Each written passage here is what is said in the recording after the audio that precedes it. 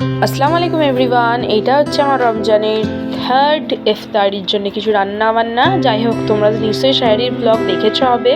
যাই হোক, সুন্দর করে বাঁধাকপিগুলোকে কেটে সরু করে কেটে ধুয়ে নেবো। ধুয়ে নেওয়ার পর সুন্দর করে পেঁয়াজ ক্যাপসিকামগুলো কেটে নেবো। যেমন দেখে নিতেই পারছো যে বাঁধাকপি, পেঁয়াজ, তারপরে পেঁয়াজগুলো দিয়ে দেওয়ার পর কাঁচা লঙ্কাগুলো দিয়ে দিচ্ছিলাম। তারপরে এতে ক্যাপসিকাম দিয়ে দেবো একটু অল্প করে।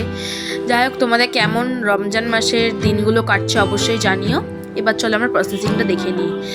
চলো, আমরা একটু বেসন দিয়ে দিলাম, এতে একটুখানি ময়দা দিয়ে দেবো ক্রাঞ্চি ভাবের জন্য। সেমভাবে এতে একটুখানি বেকিং সোডা দিলাম, চিলি ফ্লেক্স দিলাম, তার সাথে দিলাম হলুদ গুঁড়ো, লঙ্কা গুঁড়ো, এর সাথে দিয়ে দেবো একটুখানি গরম মশলা, ধনে গুঁড়ো, জিরে গুঁড়ো একসাথে দিয়ে দেওয়া হয়েছে। তারপরে এতে একটু স্বাদ অনুযায়ী লবণ দেবো। সুন্দর করে একটুখানি হালকা জল দিয়ে মাখিয়ে নেব। যাই হোক, তোমরা বানিয়ে অবশ্যই কমেন্ট করো যে কেমন হচ্ছে। আমাদের তো বেশ ভালোই লাগছে। যাই হোক, এটা হচ্ছে তার লাস্ট ব্যাপারটা।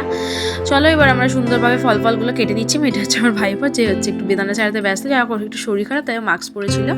আমার মা সুন্দর করে একটু কাটাকুটিগুলো করে নিচ্ছে। যাই হোক, তোমরা জানিও কেমন কাটছে তোমাদের রমজান মাস। Okay, tata, bye bye, like share.